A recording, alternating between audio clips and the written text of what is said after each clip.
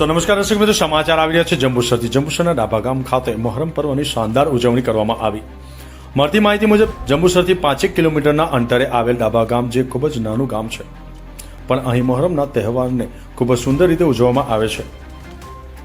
વર્ષોથી આ ગામમાં મોહરમનો તહેવાર ઉજવવામાં આવે છે. અહીં ગામની મસ્જિદ ચોકમાં તાજિયા રાખવામાં આવે છે અને ત્યાં જ આખા ગામના લોકો એકત્ર થઈ તાજિયામાં જોડાય છે. અહીં ગામના યુવાનો, નાના બાળકો અલગ અલગ કરતબો બતાવે છે, ત્યારે આ વેળાએ મોટી સંખ્યામાં ગામના વડીલો, યુવાનો, મહિલાઓ અને નાના બાળકો આ જુલુસમાં જોડાય છે અને શાનો શોકત સાથે ઇસ્લામ ધર્મના મોહરમ મહિનાના 10મા ચાંદે તહેવારની ઉજવણી કરવામાં આવે છે. આજના દિવસે કરબલાના મેદાનમાં હજરત ઇમામ હુસૈન તેમના 72 જાનશીન સાથીઓ સાથે શહીદી વહોરી હતી અને સત્યની લડાઈ માટે તેઓ શહીદ થયા હતા. અને તે દિવસને મુસ્લિમ સમુદાય યાદ કરી મોહરમ મહિનામાં તાજિયા બનાવીને તેનું જુલુસ કાઢી શેરીએ શેરીએ ફેરવી યા હુસૈન, મૌલા હુસૈન જેવા ગગનભેદી નારા બોલાવી રફાઈ પીટની રમી તહેવારની ઉજવણી કરે છે.